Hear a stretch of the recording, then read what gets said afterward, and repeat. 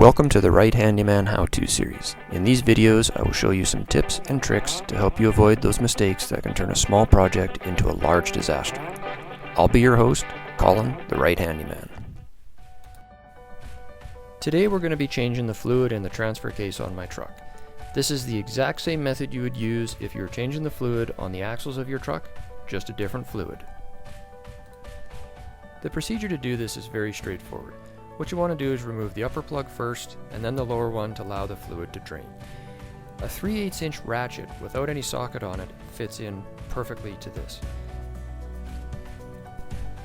Check the old fluid to make sure that it is still red and does not have a burnt smell to it. This is going to indicate that your transfer case is still in good shape. When the oil is done draining, reinsert the bottom plug and make sure it is snug. Do not over tighten. So the question becomes, how do we get the oil back in there?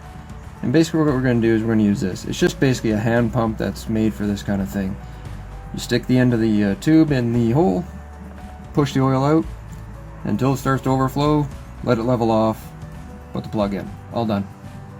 Nice and easy.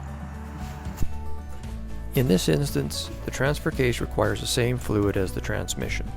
So when doing the axles and the transfer case at the same time, be very aware that the axles require gear oil, not transmission fluid.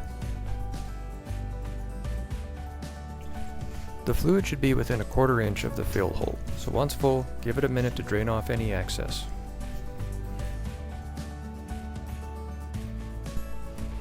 Once the excess fluid has drained off, you can reinsert the top plug. Again, make sure it is snug and do not over tighten it.